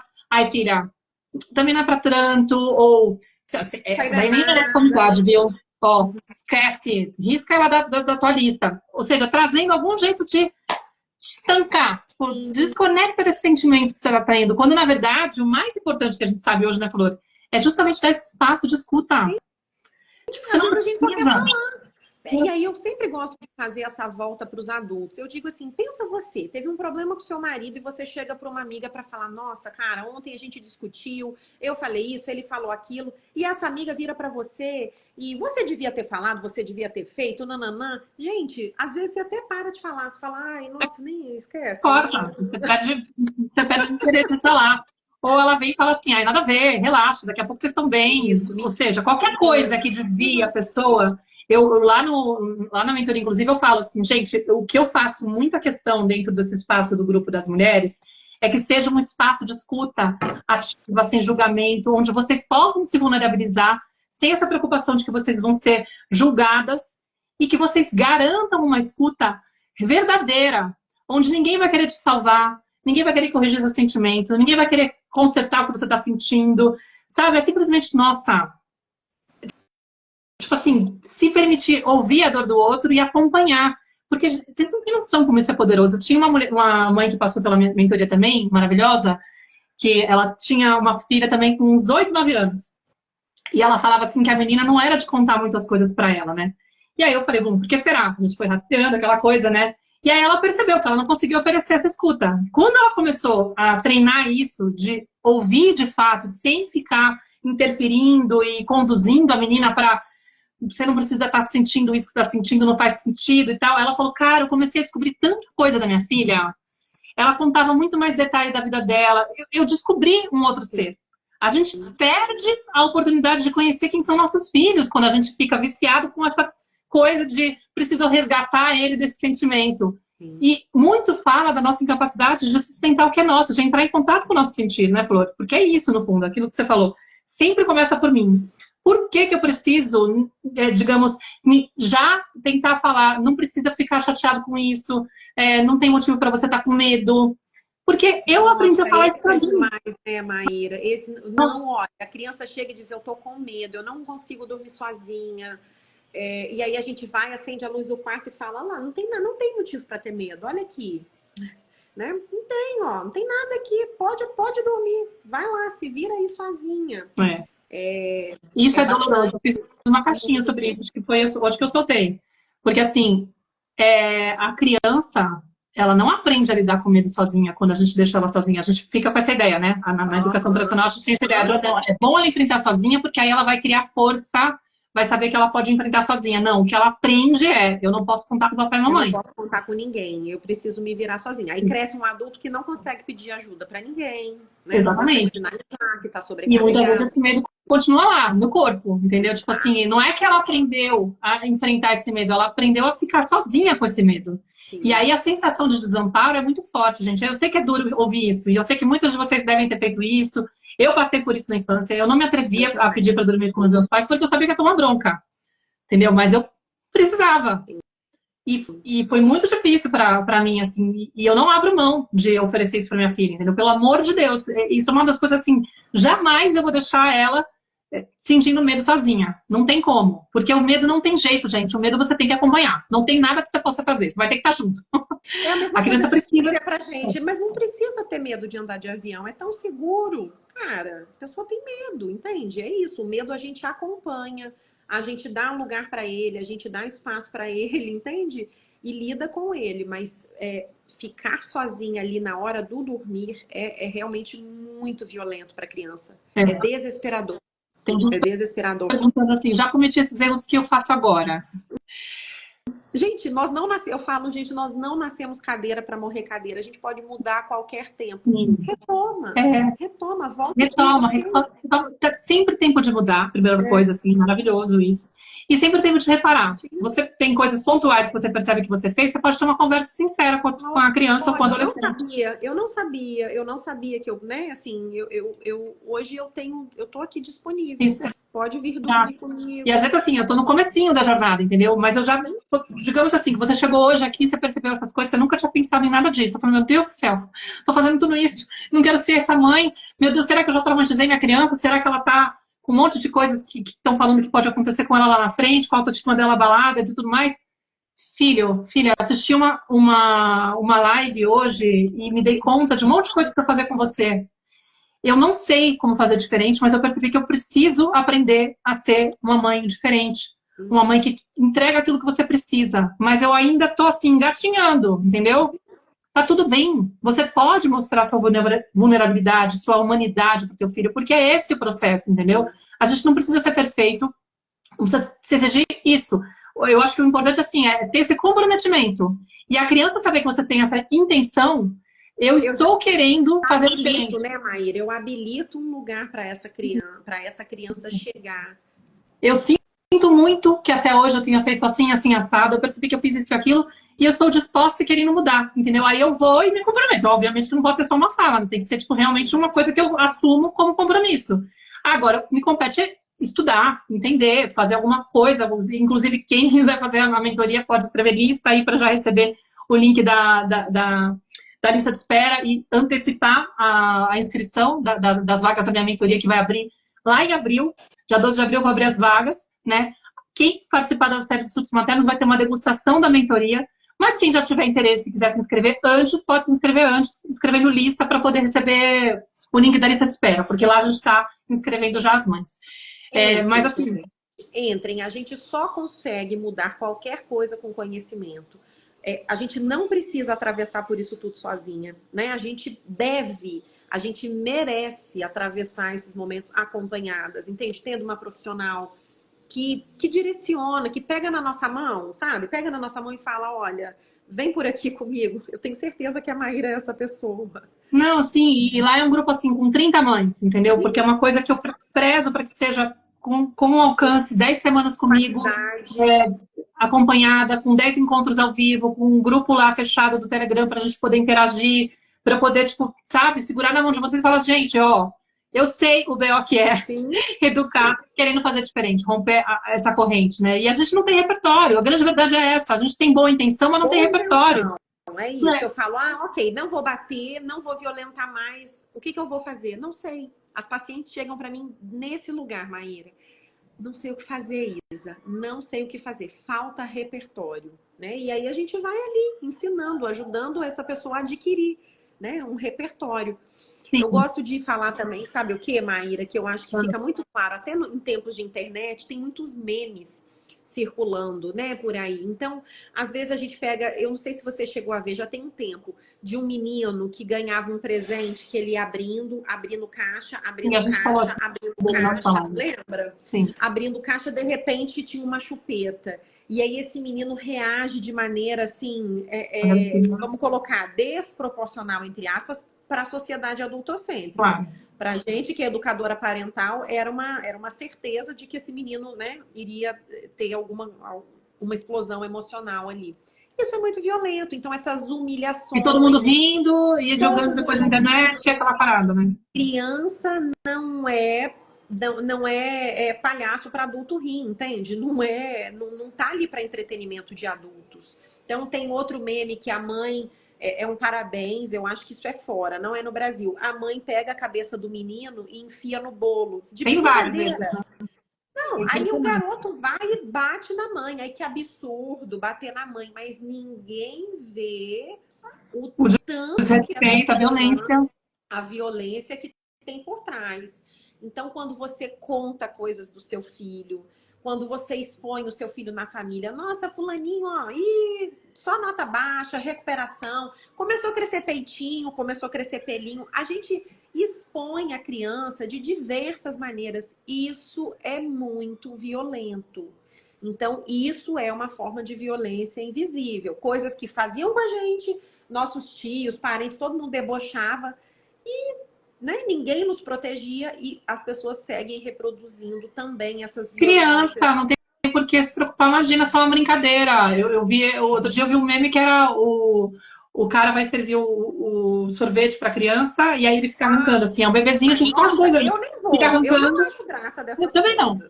Aí o bebê começa a chutar o carrinho, né? E meio que para por aí, mas aquelas risadinhas que aparecem, aí ficam compartilhando, achando graça. E pra mim, assim, pra mim isso é bullying. Se a criança não quer comer graça, eu sinto muito, gente. Não é piadinha, tô só brincando, provocando. E o que me deixa nervosa nessas horas é que quando você presencia essas cenas, geralmente o que acontece? 99% das vezes, o adulto vai dar bronca na criança. Claro. Por que você tá chutando aí o carrinho do cara? Não faz isso, você não pode ficar chutando. Mas de onde que vem a reação do menino, assim, sabe? Tipo, ele tava de boa. Enfim, eu fico loucura. Só para responder uma coisa. Não falem sobre a intimidade dos filhos de vocês. Tem uma querida que tá nascendo pelo. Gente, você imagina um filho seu, chega na rua e fala, hoje a minha mãe fez um cocô desse tamanho que eu vi no vaso. Tem lógica? Entende? Faz parte da intimidade dessa casa. O peito da minha mãe é assim, um é mais para cima, o outro é mais para baixo. Como é que você, adulto, vai ficar? Então, assim, exato, e não precisa nem ser uma coisa tão extrema. Eu lembro de como eu me senti desconfortável quando eu ia fazer compras com a minha mãe, roupa. Aí eu era tímida, eu era mais assim, discreta, e minha mãe tinha aquela imagem de querer que eu ficasse com umas roupas mais, sei lá, sei lá. Eu tinha lá o jeito dela, o estilo dela. Então ela ficava meio que decepcionada com as minhas escolhas, né? E várias vezes eu saía do camarim lá com a roupa. O que você achou? Eu falei, mãe, não sei, não me senti muito confortável. Aí eu entrava, que ia me vestir, e ela começava. com a moça da loja, né? Ai, porque ela é tímida, sabe? Ai, porque pra ela é super difícil essas coisas. Eu acho que ela tá linda, mas eu não sei o que tem na cabeça que toda hora que ela vai vestida, aí começava a contar minha vida. Eu falei, gente, pelo amor de Deus. É, é. Morria, queria morrer. É isso. Não dá. Minha filha fala várias coisas. Às vezes alguma questão na escola que eu falo, isso tá errado. Acho que eu vou lá para falar. Mãe não fala. Mãe não fala, não vai, não quero. Ok, entende? Não dá para eu acho que tem algumas coisas que deveriam ser pontuadas, acho. Mas mãe, por favor, não quero que fale. Ok, então não quer que fale, não quer que fale. Mas a gente, né, a gente invade, a gente atropela, a gente expõe. Então, pra gente cuidar disso, gente, cuidem disso. Não vulnerabilize, sabe? Não exponham, não constranja desse jeito. E só uma coisa, Flor, antes de eu dar um outro exemplo também, alguém perguntou, dá tempo de fazer isso na vida adulta, quando os filhos já são adultos? Sim, tá? Eu sempre vim com a ideia assim, não importa a idade dos filhos. Nenhum filho vai ficar chateado se a mãe na vida adulta falar assim, meu filho, eu sinto muito. Pelo contrário, entendeu? É uma coisa assim que é dificílimo acontecer, que eu sempre digo para as mães não esperarem isso dos pais, não fique esperando que seu pai venha, sua mãe venha falar de eu sinto muito, porque se ela estava num nível de imaturidade, de inconsciência, e está nesse padrão há décadas, o mais provável é que ela siga aí. Entendeu? Tipo, então, trabalha a aceitação dos pais que você de fato tem, muito melhor do que ficar esperando que eles mudem, porque quando a gente fica na expectativa de que eu não vejo a hora da minha mãe... A gente está num lugar infantil ainda, né? Esperando ser visto, esperando ser cuidado, enfim. Hoje a gente é uma pessoa adulta e a gente é capaz de oferecer o que a gente precisa pra gente mesmo. Isso, a gente tem que, agora como mães, como filhos, né, a gente tem que aprender a se desprender dessa expectativa e viver esse luto, se trabalhar para não ficar nesse lugar. Mas também acontece na minha mentoria já recebi várias avós, entendeu? E várias mães de adultos. Também e é lindo o processo. É tão legal, né? Quando... gostoso, porque tipo, é um lugar diferente, assim. E é possível, sim, reparar relações, se reaproximar, conectar de novo com esses filhos. Às vezes vem uma mãe que fez, depois ela indica para a própria mãe, e tem uma abertura, essa mãe vem, entendeu? Às vezes tem uma mãe que quer dar de presente para a filha, fala, primeiro você conversa com ela para ver se ela tem interesse. Mas enfim, tem todo esse processo. Então, assim, nunca é tarde, tá? Não é esse o empecilho. Tem coisas que você pode fazer com que tá com isso e é maravilhoso, porque é o processo primeiro para você. Entendeu? E depois vai viver na sua relação. Eu queria só trazer mais alguns exemplos, assim, rápidos, que às vezes acontece também, e talvez as pessoas se identifiquem. Às vezes, a gente sabe que a gente precisa oferecer para os filhos porque é importante. Então, a criança vem e fala, mãe, me seca, um exemplo. Mãe, me limpa. Mãe... e aí você julga que essa criança já tem idade para fazer essa atividade e você faz, mas faz com raiva, sabe? A mensagem, eu gosto... Aí daria outra live, né? Da gente falar o que está por trás desses pedidos, o que está por trás desses comportamentos da criança. Muitas vezes mãe, me toca, encosta em mim, cuida de mim, porque em algum momento isso ficou pendente lá atrás. E aí você vai habilitando esses novos espaços e a criança vai pedindo porque ela tá pendente, ela quer, né? Ela precisa se abastecer de você. Mas aí você vai e faz com raiva. Então você seca a criança com força, você penteia o cabelo da criança com força, você né? com a criança com força. Isso também é uma forma de violência. Eu posso até dar um exemplo, porque assim, na época da separação, aconteceu um pouco isso, assim, minha filha já se limpava sozinha, por exemplo. E aí eu reparava que várias vezes ela voltava da casa do pai, e depois de vários dias sem ficar comigo, porque ela fica assim, num esquema que ela fica 2 dias comigo, 2 dias com ele, e os 5 outros dias são alternados, né? Sexta-feira a gente alterna e tal. Então, às vezes ela fica 5 dias sem mim. E aí ela vinha de vez em quando e falava, mamãe, vem me limpar. Eu falava assim, por quê? Tipo, você já sabe, né? E aí, claro, depois eu me liguei. Tipo, na verdade, ela tava com saudade. Na verdade, era conexão. Se você confia, gente, você não fica com essa pira de que, cara, já tá na idade de não fazer, já sabe fazer, não tem por que ficar dando trela. Porque senão ela vai ficar achando que eu sou... E a gente entra com muita paranoia, né? Até de achar assim, ela tá aqui querendo que eu fique servindo ela. Tá folgada. Tinha uma mãe da minha mentoria que uma vez ela falou assim, ela tinha gêmeos, e um deles, na hora de acordar, ficava mais precisando dessa coisa do contato, e o outro era mais assim, agilizado, ia lá tomar café, e ela falava assim, é uma enrolação. Ela falava, tipo, super naquele lugar sem conseguir não julgar, né? Sim. Aí ele fica enrolando pra caramba, aí ele fica querendo colinho, aí fica, às vezes tem que fazer cavalinho nele. E aí, quando pede aquilo que não precisa. Ninguém pede Só que aqui. quando eu fui rastrear, ela tinha tido uma infância onde ela se sentia muito abusada. Tipo assim, ficam sempre pedindo demais pra mim, entendeu? Então ela se colocou nesse lugar, achando que ele estava se aproveitando dela e querendo colocar ele nesse lugar. Eu falava assim, tipo, no fundo, são duas crianças diferentes e ele tá precisando mais desse contato, tá sentindo mais falta de você. Não tem erro nenhum, entendeu? Não tem nada que você tenha que consertar, mas escutar e acompanhar. E aí ela foi se trabalhando para conseguir entregar aquilo, e é maravilhoso.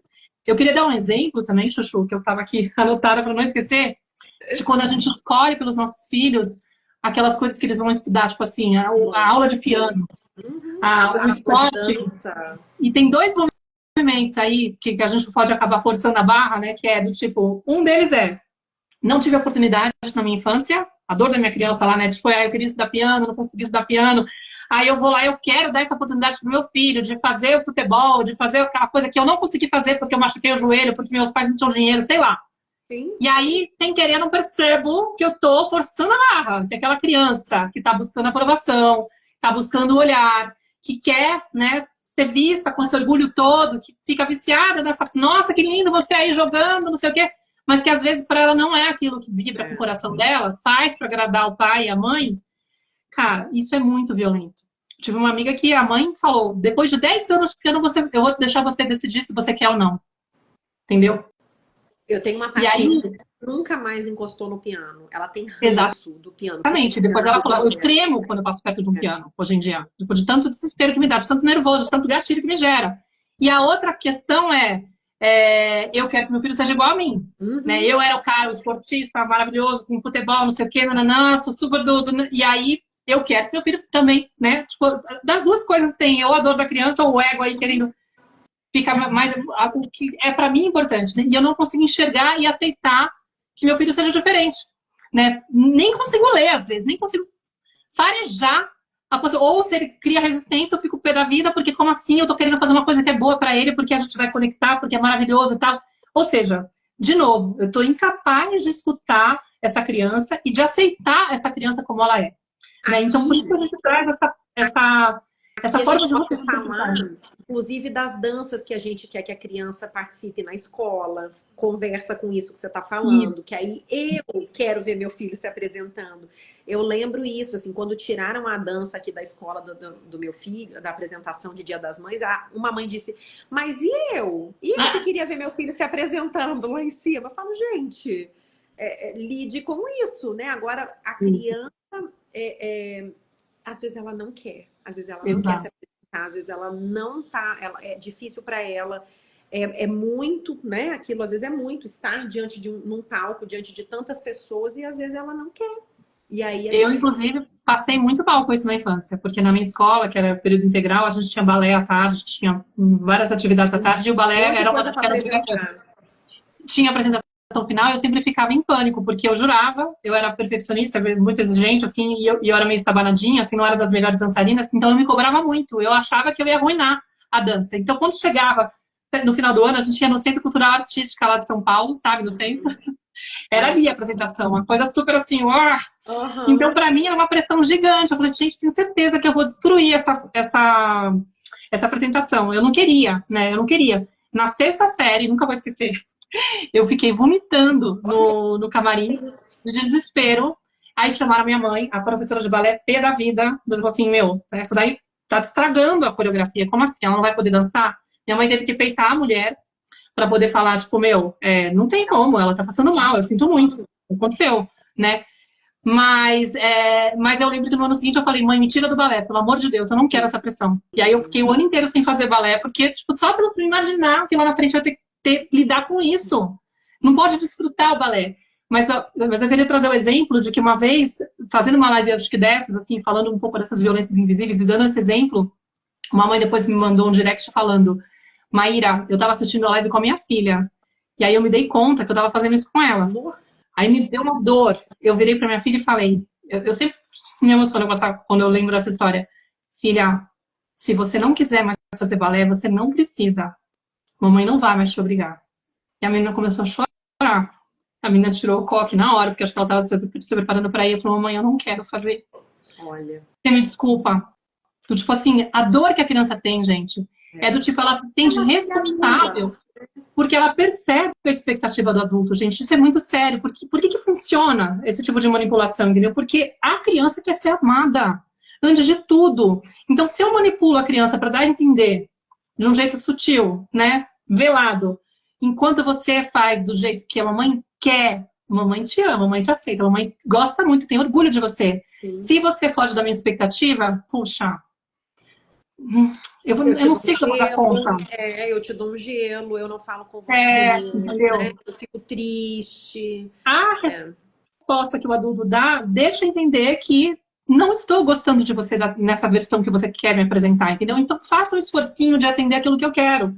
E a menina foi lá e confessou, não quero, mamãe, não quero. E aí a mãe percebeu, eu falei, nossa, e foi aquilo que foi libertador, assim, para mim foi, eu tive que trabalhar em mim, porque era a minha expectativa, mas eu reconheci, era a minha expectativa, era eu querendo exibir minha filha, era eu querendo, tipo, sei lá, repetir, fazer a minha filha viver aquilo que eu não pude viver, entendeu? Nossos filhos não são miniaturas nossas, gente, a gente tem que tomar muito cuidado. Então, eu falo, filho não é extensão da gente. Eles não são uma extensão de nós. E eu acho que vale, Maíra, a gente já pegar esse gancho e falar quais são os impactos na vida adulta, né? Para a gente encaminhar para não tem como a gente nomear todas as violências invisíveis, mas eu acredito que a gente poderia ficar aqui o dia todo nomeando. Dá para falar 3 lives, pelo menos.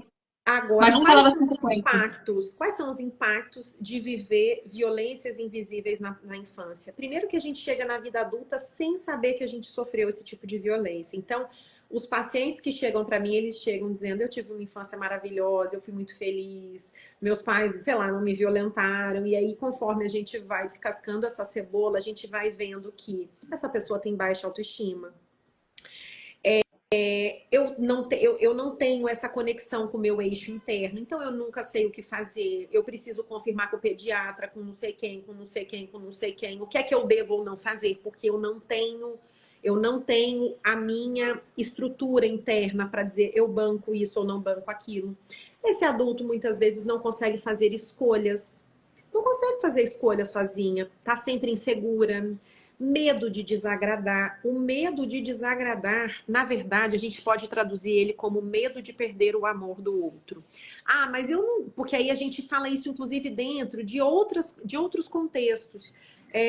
Com a sogra, com o trabalho, com as amigas. Você vai dizer, não, mas eu sou capaz de sobreviver sem o amor dessa pessoa. Mas é que é tudo muito simbólico, né? Então, assim, quando eu vou desagradar, a sensação que eu tenho é que eu vou ser desamada pelo outro. Entende? Que o outro não vai mais me querer. Porque foi esse abandonado, que eu vou ser deitada. Esse modelo que eu aprendi lá atrás. Então, esse adulto chega sem conseguir dizer não. Sem saber não quero. Por limite, né? Sem saber colocar o seu próprio... Sem saber reconhecer o seu próprio limite, Maíra. Então, a gente chega na vida adulta comendo mais do que a gente deveria, fazendo coisas que a gente não quer fazer, indo a lugares que a gente não quer ir, estando com pessoas que a gente não quer estar. Porque a gente não foi alfabetizado lá atrás, entende? Nesse lugar. Não quero, não vou. Porque o tempo todo eu estava atendendo a necessidade de alguém e não a minha. Então eu estou o tempo todo olhando para a necessidade do outro, atendendo o outro e me anulando na tentativa de receber amor também. Né? A gente perde o senso de ser importante, né? Tipo, eu começo a entender que o outro é mais importante, a escolha do outro é mais importante, a necessidade do outro é mais importante, o sentimento do outro é mais importante. E aí eu aprendo a me desrespeitar para garantir que o outro esteja bem, porque eu entendo que eu é que tenho que cuidar de atender essa expectativa, de deixar o outro confortável com as questões dele e tal. Perco esse rastro de, cara, o que eu conheço de mim é relevante, eu confio naquilo que tá vindo, né? É muito difícil, porque realmente não tem confiança. E quando você se torna mãe, você fica realmente refém do olhar dos outros. É mais difícil você bancar, romper, por exemplo, a educação tradicional, fazer diferente, porque toda hora estão te criticando e você fica... Ai, mas nossa, minha mãe não concorda. Mas não tem que concordar. Não a é gente isso que é esperando, né? Esperando que o outro nos aprove, que o outro diga, nossa, que maneira bonita que você está educando seu filho. Por quê? Porque a gente está dependente, né, dessa validação externa. A gente não aprende a consultar o nosso interno. A gente aprende a consultar o externo. Ah, então tá. Ah, estão me aprovando aqui, então eu estou indo no caminho certo. Eu diria até mais. A gente já sabia A gente desaprende com essa educação a escutar o que é nosso, né? Porque a gente nasce sabendo, a gente nasce conectado. E aí, é essa forma de ser educado que faz a gente se desviar e começar a desconfiar de si mesmo. A autoestima tá lá, preservadíssima. Eu sei o que eu necessito, eu corro atrás e eu confio que o mundo vai me trazer. Sim. Aí vai se quebrando quando o mundo não me traz. Opa, peraí, quer dizer que eu peço através do choro contato e ninguém vem porque acham que não faz sentido, né? Isso de não acreditar que o colo é necessário. Enfim. E aí eu começo a entender que talvez eu esteja pedindo demais, porque estou falando que eu sou muito manhosa, muito chorona, muito não sei o quê. Eu me convenço disso, então eu já nem espero a resposta, já começo a desconfiar de que aquilo que eu trago é realmente certo ou não. E uma hora eu até esqueço. Eu falo assim sempre, o treinamento é tão forte, né? Porque no final a gente tem que se adaptar para poder sobreviver, que eu começo a ignorar aquilo que eu sinto para também entender, digamos, sobreviver mesmo, se adaptar, porque do contrário eu vou desconfiar que o outro não tá dando porque ele não quer, e eu prefiro acreditar que minha mãe sabe o que tá fazendo. Eu passo, a gente fala muito, né? A gente tem essa frase que é forte. É mais fácil eu deixar de amar a mim mesma, ou de confiar naquilo que é meu, do que eu começar a desconfiar dos meus pais ou deixar de amar os meus pais. A minha necessidade desse amor é tão grande que é difícil eu falar assim, nossa, a mamãe não tá me entregando porque ela tem dificuldade, coitada, ela é imatura, ela foi tratada assim, ela vê as crianças como seres invisíveis, coitada, ela tá completamente perdida, por isso que ela não sabe entregar para mim aquilo que eu necessito. Não, o que a criança vai concluir é, se a mamãe não tá dando aquilo que eu necessito, é porque acho que eu tô viajando na maionese de querer tanto. Sim. Não faz sentido, deve ter algum defeito em mim, eu tenho que me contentar. Porque eu não mereço, né? Eu não mereço. Eu que sou uma pessoa má, eu apanhei porque eu merecia. A gente se convence de tudo, entendeu? Tanto das violências invisíveis quanto visíveis. E a gente chega, inclusive, também na vida adulta, se sentindo responsável por como o outro vai se sentir ou não. Aqui, quantas mulheres, Maíra, eu atendo, que dizem assim, eu não posso fazer isso que a minha mãe vai ficar brava. Se eu não for no almoço de domingo na casa da minha mãe, a minha mãe vai ficar uma semana sem falar comigo, sendo pessoas adultas. Não, mas eu não posso não passar o Natal com a minha família, com a minha mãe. Nossa, senão ela tem um treco. E aí eu penso, olha que prisão, né? A gente precisa estar nos lugares e com as pessoas porque a gente quer estar, porque é prazeroso, porque é gostoso. Não porque o outro vai ficar bravo comigo, vai me dar um gelo, vai ficar chateado, porque nós não somos responsáveis por como o outro se sente, né? Especialmente se esse outro é um adulto. Então aí uma pessoa disse ali, meu filho vai fazer tatuagem, tem 18 anos, o avô vai ter um treco. Coitado desse avô, sinto muito pelo avô que vai ter um treco, assim, ele que lide com isso, onde ele quiser, né? Mas assim, a pessoa deixar de fazer algo porque alguém vai ficar triste, chateado, decepcionado. A chantagem emocional é outra dessas violências, né, Chuchu? A gente sabe, ai, mamãe vai ficar triste. E se você não comer esse prato todo, se você... Olha só como vai ficar a sua voz se você fizer a tatuagem e tudo mais, né? Tipo, desculpa, não é por aí. Querida, quero muito agradecer a tua presença maravilhosa, como sempre.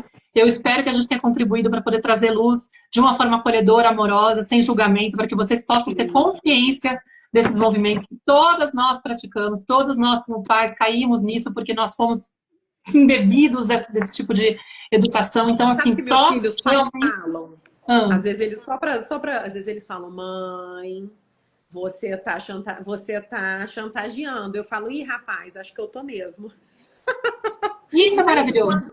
Eles sabem nomear. Exatamente. Quando a gente entra nesse lugar, nesse espaço de tratar a criança com igual valor, entendeu? E permitir a nossa humanidade, ter conversa honesta com o nosso filho, nossa filha, a gente vai nomeando isso. Então, assim, o intuito não é transformar vocês em pessoas totalmente... isentas de promover violências, é de vocês serem capazes de reconhecer quando isso acontece. O pai estava na chantagem, ai, quis ignorar minha filha, fiquei sem falar com ela, me custou. Inclusive, para mim, eu percebo que é um gatilho. Eu morro de vontade de ficar sem falar com ela. Ai, quando ela faz uma coisa que não tô afim, fala, ai, que ódio. Respiro fundo. Mas, assim, o ponto é, se isso acontece, o que eu faço? Filha, mamãe saiu andando sem falar com você, né? Isso não é certo. Saiba que isso não tem a ver com você, tá? Isso é porque a mamãe ainda não tem capacidade de lidar com essa situação. A mãe estava esperando tal coisa e você reagiu de outra forma.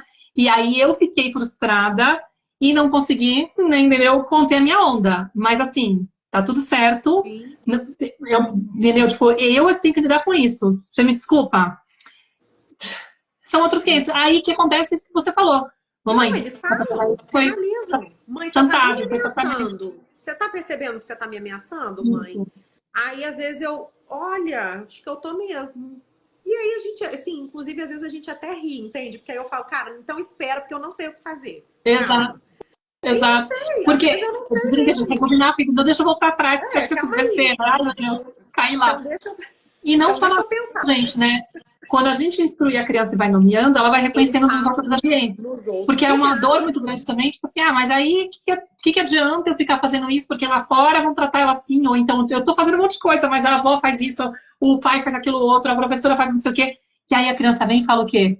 Mamãe, o professor mandou eu parar de chorar, mandou a gente parar de chorar, mas eu não parei de chorar, porque eu ainda precisava chorar. Uhum. Entendeu? Muito E ela contando numa viagem que ela fez na Granja Escola, né? Tipo, na fazendinha aqui de uma viagem de 3 noites que eles ficam fora, desde 2 anos atrás, ela adora. E aí teve um episódio que teve o bailinho, no dia, a noite mais legal, a noite do bailinho. E aí puseram a música muito alto, muito alta. E aí algumas crianças começaram a ficar incomodadas e começaram a chorar.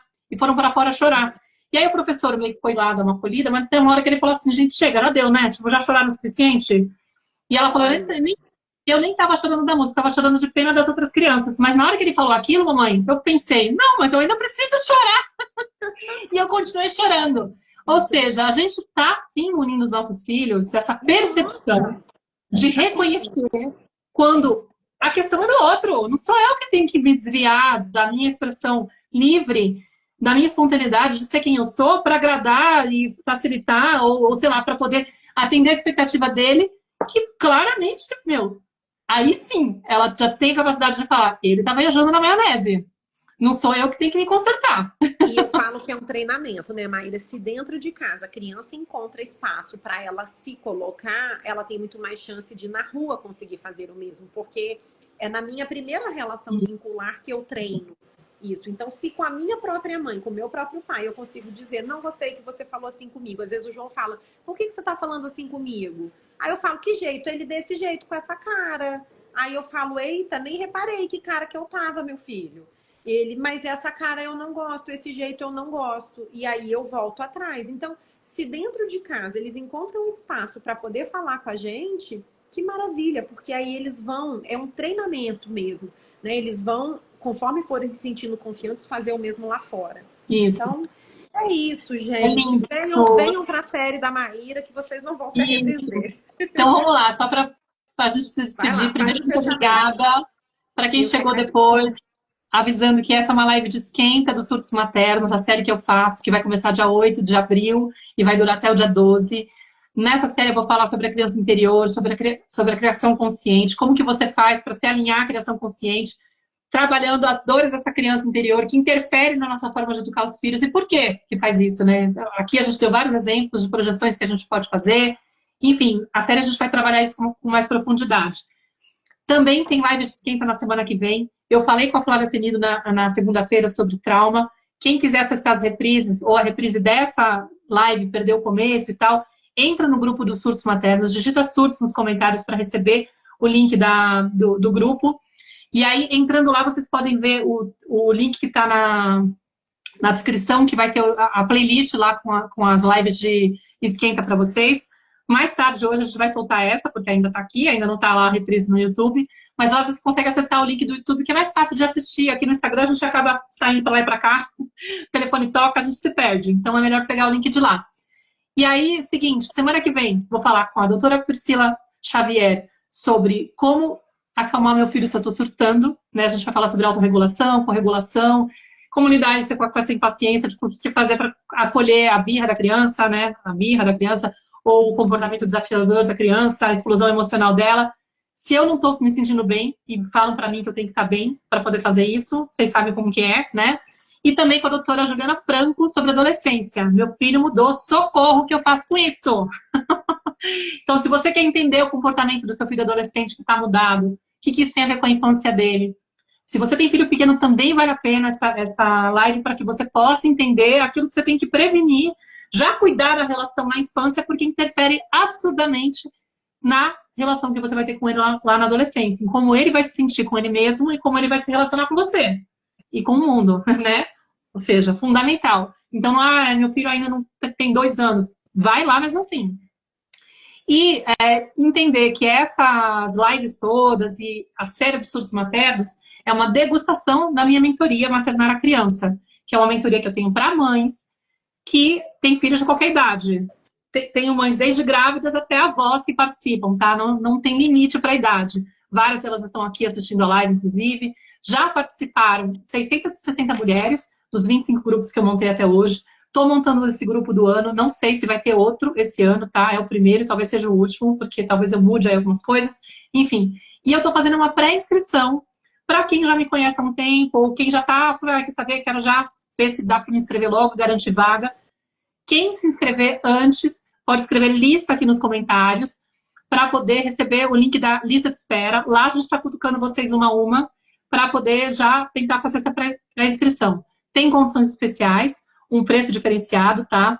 Se você já é aluna do Despertar ou do Respira, tem um preço com mais desconto ainda. Avisa a gente na hora da conversa, para não esquecer. E aí, qual que é o intuito? Passar 10 semanas comigo, numa jornada, num grupo de 30 mulheres, para que vocês possam aprofundar esses temas da criação consciente, trabalhar a criança interior de vocês. Ó, a Mari foi uma delas, já fez 2 vezes a mentoria, acabou de entrar aí. E que vocês possam, a gente vai ter encontros ao vivo, durante essas 10 semanas, 10 encontros ao vivo, e a interação no grupo do Telegram, tá?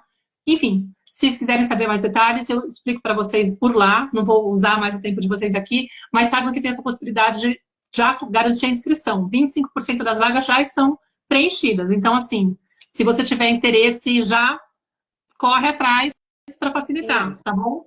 E aí? Obrigada, meu amor. Muito obrigada, Mari, linda que chegou agora. Beijo, obrigada, Maíra.